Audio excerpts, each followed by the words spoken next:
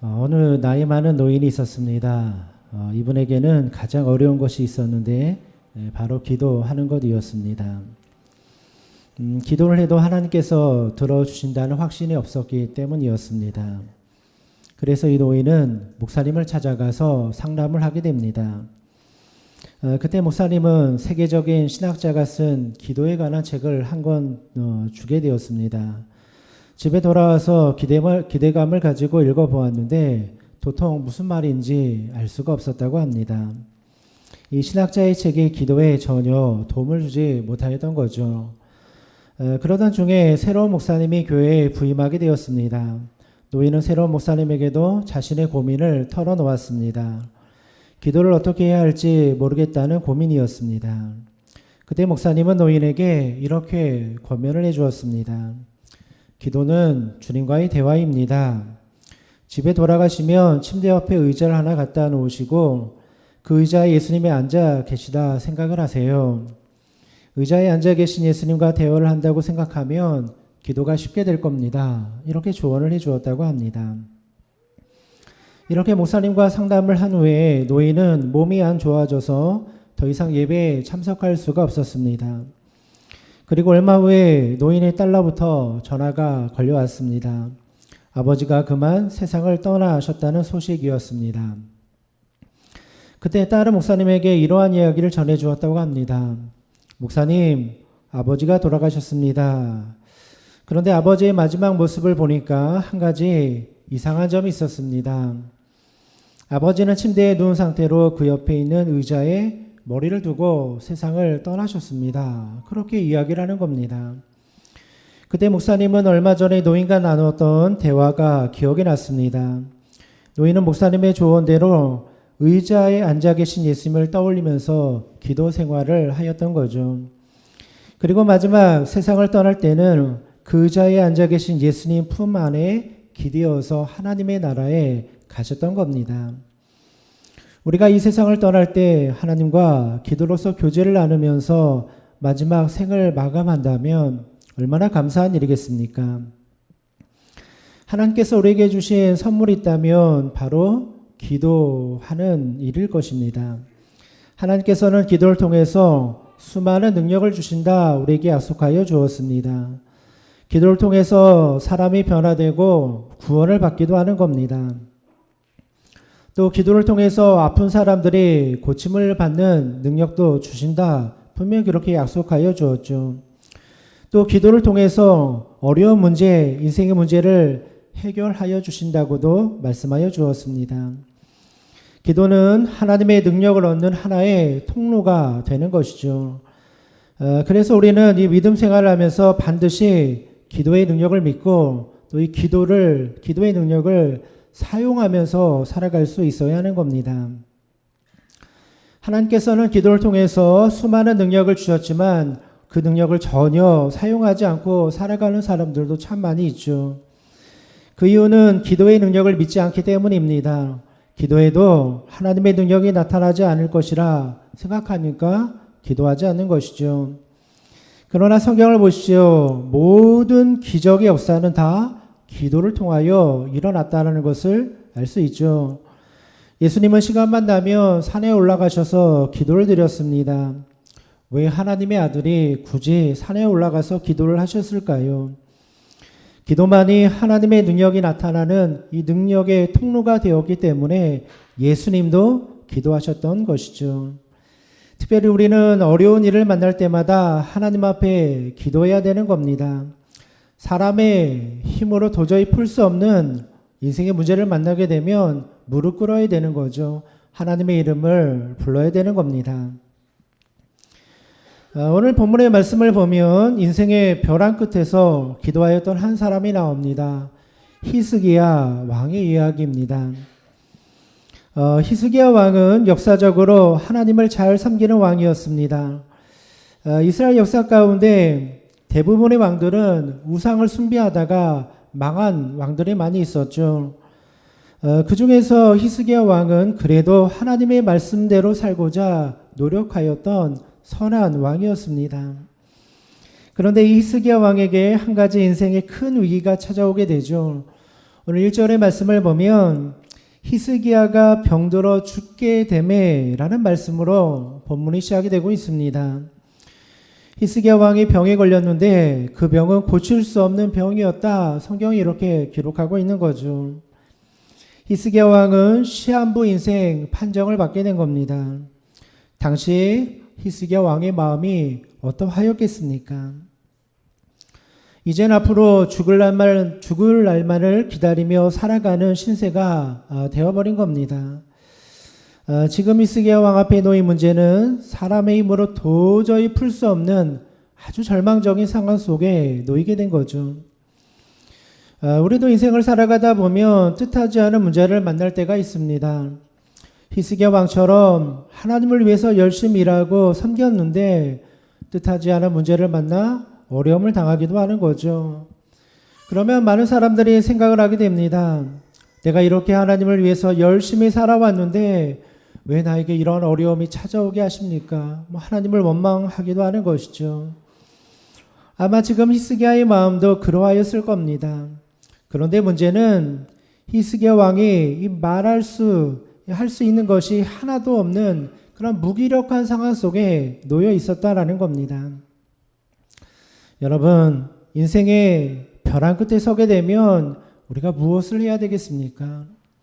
사람의 힘으로 도저히 풀 수 없는 문제를 만나게 되면 그때 우리는 무엇을 할 수 있겠습니까? 오직 하나님의 이름을 부르고 기도하는 것, 기도하며 부르짖는 것 밖에 없는 것이죠. 히스기야 왕도 할 수 있는 것이 하나도 없었습니다. 그때 히스기야 왕은 오직 하나님을 바라보며 하나님 앞에 기도하며 나아가게 되죠. 벼랑 끝에서 우리가 할 수 있는 것, 하나님의 이름을 부르며 기도하는 것입니다.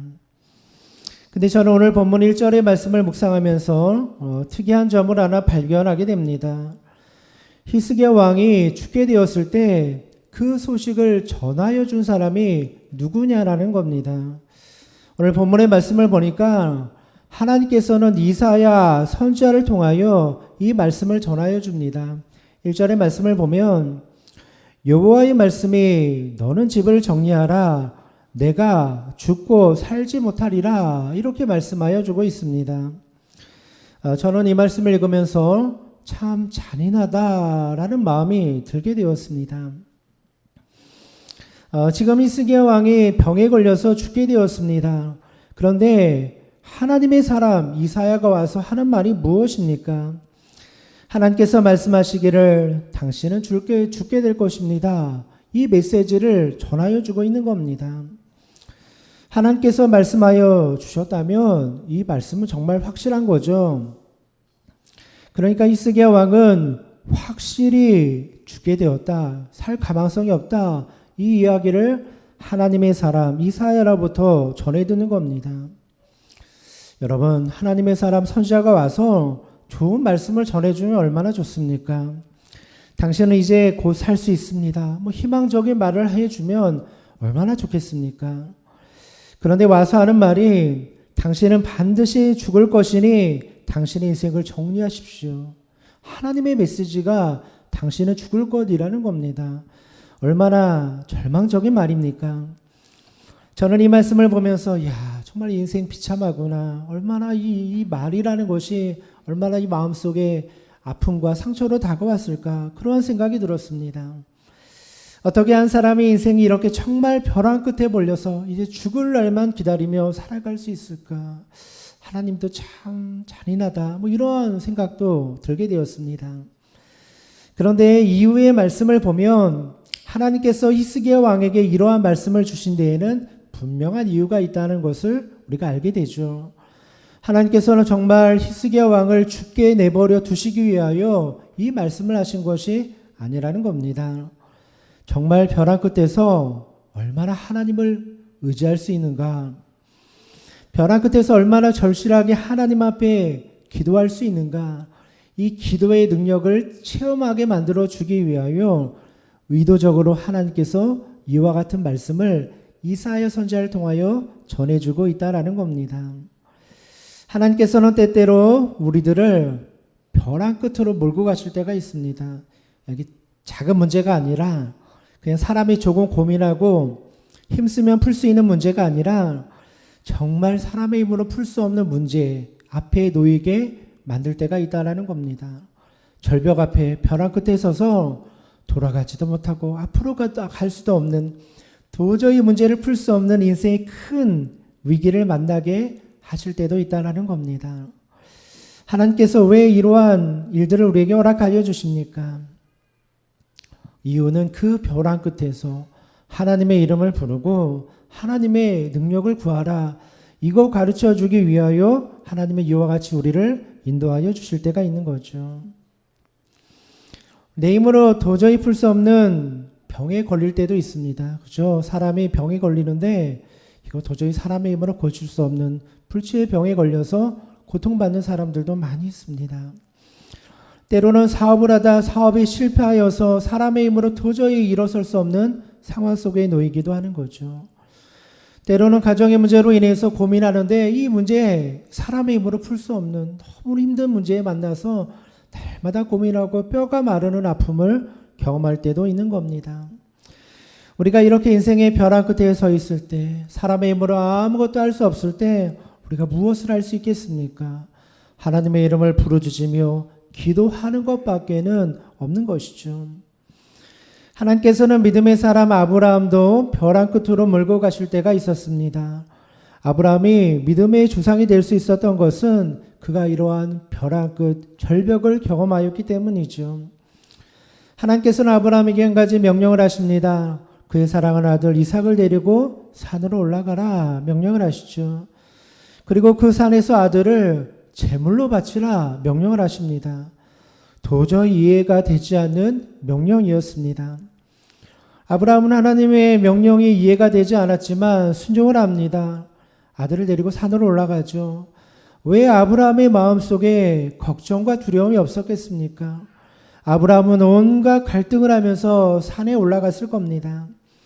그리고 마지막 칼을 들어서 아들의 가슴을 향하여 칼을 들었을 때 이 아버지의 심정이 어떠했을까요? 이대로 돌아갈 수도 없는 상황이고, 그렇다고 하여서 사랑하는 아들을 죽일 수도 없는 상황이었습니다. 하나님께서 명령하신 거죠. 이때 아브라함은 정말 벼랑 끝에 서 있는 이 절박한 심정, 그 가슴 아픔을 아마 느끼게 되었을 겁니다. 그렇다면 왜 하나님께서는 이 아브라함을 벼랑 끝으로 몰고 가셨을까요? 왜 아들을 제물로 바치라는 명령을 하셨을까요? 그곳에서 정말 하나님을 의지하는가, 정말 하나님을 신뢰하고 있는가, 이것을 확인하고자 아브라함을 시험하셨던 거죠. 우리가 믿음으로 살아간다라는 것은 정말 모든 것을 다 하나님 앞에 맡기고 살아가는 것을 의미하죠. 하나님은 그 믿음을 우리에게 원하고 계시다라는 겁니다. 때때로 하나님께서는 우리에게 벼랑 끝에 서게 하여 주시고 네가 정말 나를 의지하느냐 이렇게 물으실 때가 있다라는 거예요. 어려운 문제죠. 그 순간에 정말 모든 것 내려놓고 하나님만 의지하며 기도한다라는 거 얼마나 힘든 일이겠습니까? 그러나 벼랑 끝에 서가지고 오직 하나님밖에 없습니다. 오직 주님만이 나의 도움이십니다. 라고 고백할 수 있는 인생이라면 그 인생 하나님께서 축복하여 주신다라는 겁니다. 아브라함처럼 믿음의 조상으로 삼아주시고 대대 자자손손 하나님의 축복을 누리도록 인도하여 주신다라는 거죠. 너무나 힘든 일입니다. 벼랑 끝에서 하나님을 바라보는 것. 그러나 그곳에서 하나님을 바라볼 때 하나님의 은혜와 축복이 임하게 되는 거죠. 하나님도 바라보고 세상도 바라보는 것이 아닙니다. 하나님은 지금도 전적으로 하나님만 신뢰하며 살아가는 인생, 하나님만 붙잡고 살아가는 인생, 그 인생을 찾고 계신 것이죠. 우리는 인생의 벼랑 끝에서 정말 우리의 도움이 되시는 하나님 바라보며 기도할 수 있어야 되는 겁니다. 더 이상 나의 인생의 계획 다 무너지고, 그죠? 벼랑 끝에 무슨 인생의 계획이 있습니까? 인생의 계획이 다 무너지고 나의 힘으로 할 수 있는 것 다 무너지고 나면 그때 비로소 하나님의 능력이 내 눈에 들어오게 되는 거죠. 하나님을 찾아서라는 책이 있습니다. 이 책을 보면 한 신학생이 이스라엘에 가서 이 성지순례 하는 이야기를 이렇게 책으로 기록을 해 놓았습니다.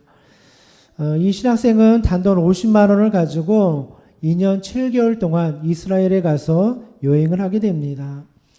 이 기간 동안 정말 많은 체험을 하게 되고 그 체험을 이 책에 기록을 한 거죠. 이 신학생은 여행을 할 때 꼭 자신의 노트를 가지고 다녔다고 합니다. 그 노트에는 어디를 가고 무엇을 보아야 되는지 일정과 계획들이 빼곡히 적혀 있는 노트이었습니다. 그런데 어느 지역을 여행할 때 그만 이 노트를 잃어버리게 된 겁니다. 그 지역에 대한 모든 정보가 적혀 있는 노트인데 잃어버렸으니 정말 막막한 상황이 되어버린 거죠. 어디로 가야 될지, 또 식사는 어디서 해야 되는지, 잠은 어디서 자야 할지 정말 막막한 상황이 되어버린 겁니다. 그야말로 길을 잃어버리게 된 거죠. 처음에 노트를 잃어버리고 난 다음에는 낙심이 되었습니다. 그런데 시간이 지나면서 이것도 하나님의 은혜구나 라는 것을 조금씩 깨닫게 되었다고 합니다. 자신이 써놓은 모든 계획이 적혀있는 노트, 그거 잃어버리고 나니까, 자신이 세워놓은 계획이 다 무너지고 나니까 그제서야 하나님을 의지하게 되더라는 겁니다. 그리고 한 걸음 한 걸음을 걸어갈 때 기도하면서 하나님의 인도하심을 따라서 여행을 하게 되었다고 합니다. 하나님의 인도하심을 따라가다 보니까 예상하지 못한 곳을 보기도 하고 예상하지 못한 은혜도 발견하게 되고 또 전혀 예상하지 못한 사람들을 만나서 교제도 나누게 되었다고 합니다. 우리가 세워놓은 인생의 모든 계획이 다 무너지고 나니까 그제서야 비로소 하나님의 인도하심이 눈에 들어오게 되더라는 겁니다. 이것이 바로 하나님께서 우리를 벼랑 끝에 세워놓으시는 이유라는 겁니다. 하나님께서는 우리들의 인생에 왜 벼랑 끝에 서게 하시고 또 벼랑 끝으로 몰고 가게 하십니까? 그곳에서 정말 하나님만 의지하며 살아가도록 우리를 인도하여 주시기 위함이라는 겁니다. 오늘 여러분의 인생 가운데도 혹시 벼랑 끝에 서서 고민하는 인생들이 있습니까? 하나님이 주시는 메시지는 하나라는 겁니다. 하나님 바라봐라. 하나님만 의지해라. 또 교회가 벼랑 끝에 몰려설 때도 있습니다. 왜 하나님께서는 교회를 벼랑 끝에 세우십니까? 최근에 보면은 한국교회 위기라는 얘기만 들려오죠. 어떻게 보면 한국 교회 자체가 벼랑 끝에 서 있는 것처럼 느껴질 때도 있습니다. 이러다 교회가 쇠퇴하는 거 아니야? 이러다 교회가 키우는 거 아니야? 많은 사람들, 많은 목사님들이 다 우려하고 걱정하고 있죠. 하나님께서는 왜 우리들의 인생, 또 한국 교회가 벼랑 끝에 서게 만드셨을까요? 이유는 단 하나라는 것입니다. 이제는 우리가 세우는 모든 계획들 다 그거 이제는 포기하고 다 무너뜨리고 오직 여호와 하나님 한 분만 붙잡고 살아가는 거 이거 배우라고 우리에게 벼랑 끝에 세워놓는 일을 허락하여 주신다라는 겁니다. 우리들이 만나는 인생의 문제 푸는 방법 다는 하나밖에 없습니다. 벼랑 끝에서 하나님 앞에 부르짖으며 기도하는 거죠. 그냥 다시 옛날처럼 순수한 마음으로 기도하는 거예요. 여러분 옛날에 믿음의 선배들 얼마나 순수했습니까? 아무 성경적인 지식이 없고 아무런 프로그램이 없어도 그냥 주여 기도하며 매달리던 믿음과 신앙이 있지 않습니까? 오늘날 한국교회 또 우리 가정도 마찬가지입니다. 그때 그렇게 순수하게 부르짖었던 기도의 영성, 기도의 열정, 기도의 불이 임하면 한국교회는 다시 살아나게 되는 것이죠. 벼랑 끝에서 할 수 있는 거 그냥 살려달라고 기도하는 겁니다. 오늘 2절의 말씀을 보면 히스기야 왕도 이 벼랑 끝에서 하나님 앞에 기도를 드립니다. 2절의 말씀을 보면 이렇게 기도하죠. 히스기야가 낯을 벽으로 향하고 여호와께 기도하여 이르되 라고 되어 있습니다. 2절의 말씀을 보면 히스기야 왕은 얼굴을 벽에 향하고 기도하였다고 되어 있습니다. 이 모습을 보면 히스기야 왕이 얼마나 절실하게 하나님 앞에 기도하였는지를 알 수 있죠. 히스기야 왕은 죽게 되었을 때 고상하게 기도하지 않았습니다. 여러분 죽을 병에 걸린 사람이 어떻게 고상하게 기도할 수 있겠습니까? 자신이 왕이라는 체면도 생각하지 않았습니다. 그는 그냥 벽에다 얼굴 대고 하나님만을 바라보며 간절히 기도하였습니다. 벼랑 끝에 서 있는 사람들은 자신의 체면 생각하지 않는 거예요. 주여 살려주십시오. 벽 보고 하나님 앞에 기도하는 거죠. 또 이 3절의 말씀을 보면 마지막 구절이 이렇게 기록이 되어 있습니다. 히스기야가 심히 통곡하더라라고 되어 있습니다. 한나라의 왕이 통곡하면서 하나님 앞에 기도를 드렸던 겁니다. 통곡한다라는 것은 막 울면서 부르짖으며 하나님 앞에 기도하였던 거죠. 이 말씀들을 보면 당시 히스기야 왕이 얼마나 간절하게 하나님 앞에 무릎 꿇고 기도하였는지를 잘 보여주고 있는 거죠. 우리 힘으로 풀 수 없는 문제를 만나게 되면 더 이상 그 문제를 우리가 끌어안고 있어서는 안 된다라는 겁니다. 부르짖으며 기도하면서 그 문제를 하나님 앞에 맡겨드려야 되는 거죠. 우리가 정말 죽게 되었을 때 간절히 하나님 살려주세요 기도하면 하나님 반드시 그 기도 들어응답하여 주시는 겁니다. 여러분들이 아파 죽겠다라고 경험하는 순간들이 있죠. 갑자기 병에 걸리고 몸이 갑자기 아파서 야 정말 죽겠다. 사람의 육신이라는 것이 연약해서 조금만 아파도 죽을 것 같이 느껴질 때가 참 많이 있습니다. 감기 몸살만 걸려도 야 정말 죽겠구나라고 느껴질 때가 있죠. 그때 우리가 할 수 있는 것이 무엇입니까? 하나님 살려주세요. 하나님 이 아픔 고쳐주세요.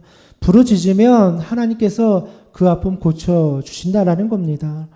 육신의 질고 육신의 아픔도 여러분 살려주십시오. 하나님 앞에 간절히 기도하면 하나님 고쳐주십니다. 이게 하나님의 약속의 말씀인 거죠. 여러분의 인생의 문제도 마찬가지입니다. 가정 안의 문제들 있죠. 머리 싸매고 고민하고 스트레스 받고 그 문제 가지고 하나님 앞에 기도하십시오. 통곡하며 기도하십시오. 하나님 살려주십시오. 부르짖으면 하나님 반드시 그 모든 문제 풀어 역사하여 주는 겁니다. 교회도 마찬가지입니다. 교회가 부흥 안 되는 거 놓고 많은 교회들이 고민합니다. 하지만 고민할 거 없습니다. 하나님 앞에 부르짖으며 기도하면 됩니다. 하나님 우리 교회 살려주세요. 하나님 우리 교회 부흥시켜주세요. 하나님 우리 교회 이렇게 정체될 수 없습니다. 하나님 앞에 간절히 기도하고 나가면 하나님 그 기도 들어주시고 반드시 응답하여 주는 거죠. 누가 기도할 수 있겠습니까? 기도의 능력을 믿는 사람이 기도할 수 있습니다. 기도해보고 기도의 체험을 한 사람이 기도할 수 있는 겁니다. 작은 거라도 기도해보고 하나님의 능력을 체험하면 그 다음부터는 기도 안 하고 살 수 없는 거예요. 기도에 불이 붙는 거죠.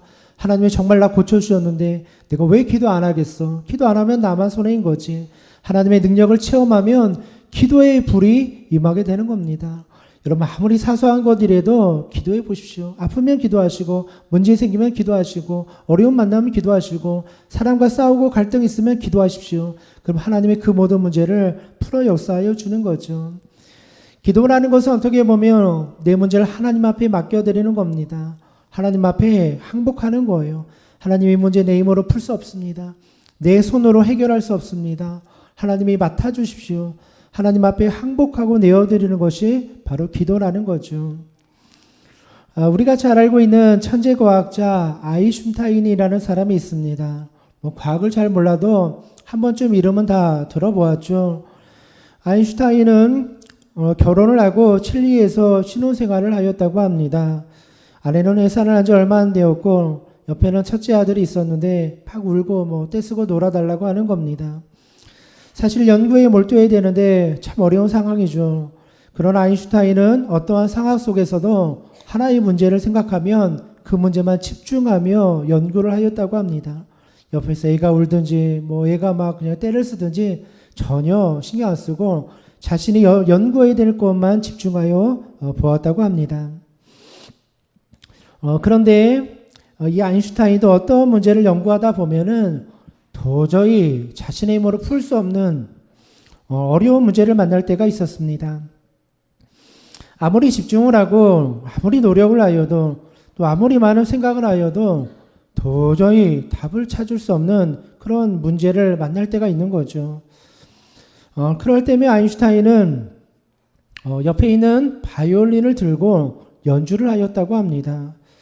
왜 연구를 하다가 갑자기 악기를 연주하였을까요? 자신의 생각과 고민으로 도저히 풀 수 없는 문제를 만나게 되면 차라리 그 문제를 놓아버리는 것이 오히려 해답을 얻는 방법이라는 것을 알았기 때문이라고 합니다. 그냥 머리 싸매고 고민한다고 답이 나오는 것이 아니라는 거예요. 고민하다 안 되면 그 문제 잠깐 내려놓고 옆에서 바이올린을 연주하는 겁니다.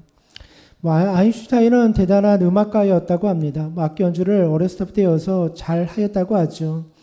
그렇게 악기를 연주하고 있다 보면 자기도 모르게 자기가 연구하던 문제의 해답이 머릿속에 떠오르게 되는 경험을 하게 되었다고 합니다.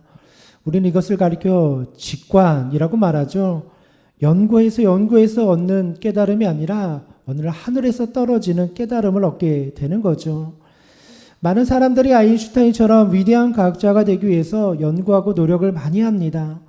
그런데 많은 사람들이 아인슈타인을 따라가지 못하는 이유가 바로 여기에 있다고 합니다. 많은 사람들은 열심히 노력하고 연구하지만 마지막 문제에 도달했을 때 그것을 뛰어넘는 직관력을 발휘하지 못하는 거죠. 아인슈타인은 그 직관력을 어디서 얻었습니까? 연구하다 몰입하다가 그 문제가 풀리지 않으면 그 문제를 내려놓을 때 거기서 문제의 해답을 얻게 되었다는 겁니다. 여러분, 기도의 능력도 마찬가지입니다. 우리가 싸매고 고민하고 연구하고 공부한다고 해서 문제가 해결되는 거 아니라는 겁니다. 여러분 인생의 문제들 여러분의 힘으로 해결할 수 있는 거 아무것도 없죠. 가정의 문제가 있다고 하여서 가정에 도움이 되는 책들을 읽는다고 해서 가정 문제가 해결되는 거 아니죠. 자녀의 문제가 있다고 해서 열심히 공부하고 학문을 배운다고 해서 자녀 문제 해결되는 거 아니죠. 우리들의 인생의 문제가 있을 때 그 문제 내가 끌어안고 있는다고 하여서 절대로 문제가 풀리는 거 아니라는 겁니다. 우리 그 문제를 어떻게 해야 됩니까? 하나님 앞에 내어놓고 맡길 수 있는 믿음이 있어야 되는 거죠. 그것이 바로 기도라는 겁니다. 기도라는 것은 내가 끌어안고 있는 문제 이제는 하나님 앞에 놓아드리겠습니다. 내어드리겠습니다. 풀어놓겠습니다. 이렇게 고백하는 것이 바로 기도라는 거죠. 그래서 기도하는 사람은 기도한 다음에 더 이상 걱정하거나 염려해서는 안 되는 거죠. 우리 지난 시간에 나눴듯이 아무것도 염려하지 말라. 모든 일에 기도와 간구로 하나님 앞에 감사함을 아뢰라 말씀하였죠. 기도하고 간구한 다음에는 근심하거나 염려하거나 걱정할 필요 없다라는 겁니다. 그 다음부터는 하나님께서 책임져 주시기 때문인 거죠. 오늘 본문에 나오는 히스기야 왕을 보십시오. 죽을 병에 걸린 히스기야 왕은 자신의 얼굴을 벽으로 향하고 하나님 앞에 부르짖었습니다. 이 문제 내가 풀 수 없으니 하나님 앞에 내어 맡겨드린 거죠. 그때 하나님께서는 간절히 기도하는 히스기야 왕의 기도를 들어응답하여 줍니다. 4절 말씀을 보면 이렇게 기록하고 있습니다. 이사야가 성읍 가운데까지도 이르기 전에 여호와의 말씀이 그에게 임하여 이르시되 4절의 말씀을 보면 놀라운 말씀이 기록이 되어 있습니다. 이사야 선지자가 성읍 가운데 가기도 전에 하나님의 말씀이 임하였다 이렇게 기록하고 있습니다. 그러니까 이 하나님의 말씀이 언제 응답이 되었습니까? 이사야 선지자가 히스기야 왕에게 와서 당신 죽게 되었습니다 말하고 돌아가는 길가에 하나님의 말씀이 다시 이사야 선지자에게 임하였다라는 겁니다. 하나님께서 주신 말씀이 뭡니까? 히스기야 왕이 죽지 아니할 것이다. 히스기야 왕의 병이 낫게 될 것이다. 하나님의 응답이 임하게 되었다라는 겁니다. 하나님께서는 히스기야를 죽이기 위하여 병을 주신 것이 아니었던 겁니다.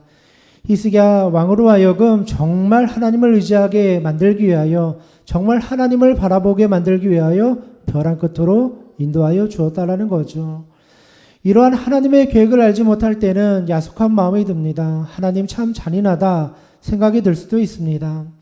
그러나 하나님은 그곳에서 새로운 계획을 준비하고 있었던 겁니다.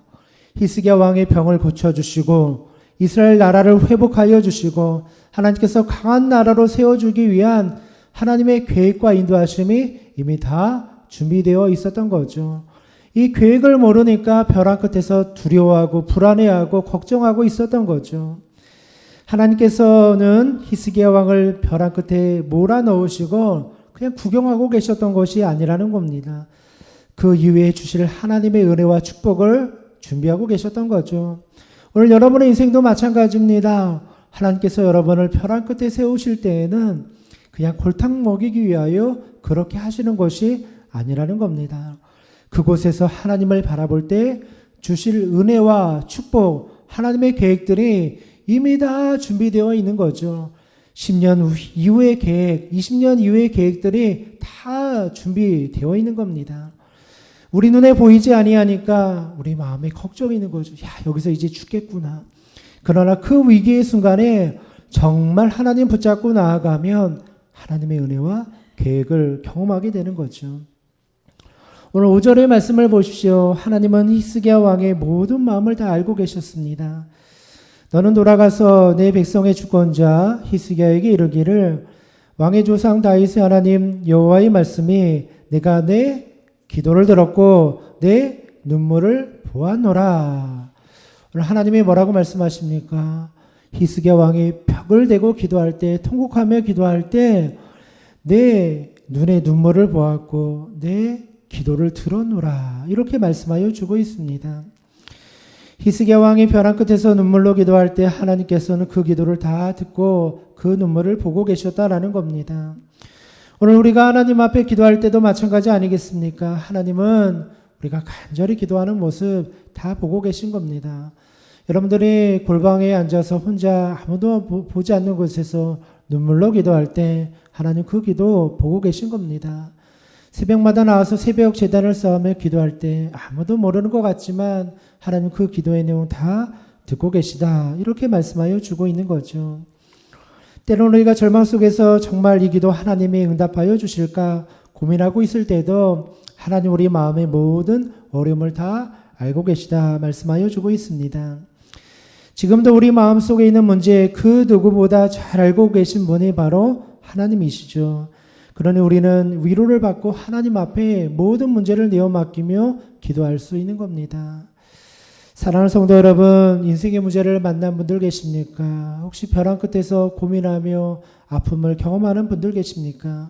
오늘 여러분의 힘으로 감당할 수 없는 일들, 여러분의 힘으로 해결할 수 없는 문제들이 있을 때 그 문제들 다 하나님 앞에 내어 맡겨드리시고 기도의 능력, 정말 기도가 살아 역사하는 힘이 있다라는 것 체험하시면서 믿음 생활하시는 우리 모든 믿음의 성도님들 되시기를 주님의 이름으로 축원드립니다.